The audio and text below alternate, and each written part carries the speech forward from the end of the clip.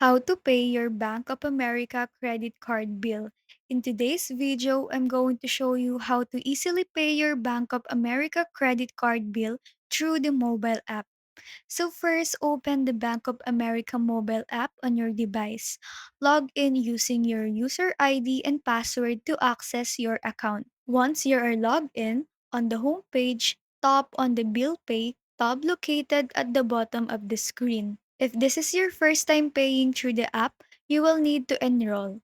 Tap Enroll, review the terms and conditions, and select I agree.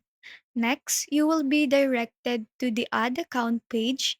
Here, you will need to enter your account details, such as your routing number and account number for the payment source. Once your account is added, tap Done.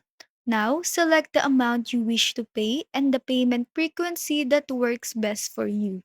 Finally, tap on Pay to submit your payment, and you are all set. And that's it. You have successfully paid your Bank of America credit card bill. I hope this video was helpful, and don't forget to give it a thumbs up and subscribe for more tech tips. Thanks for watching and see you in the next one.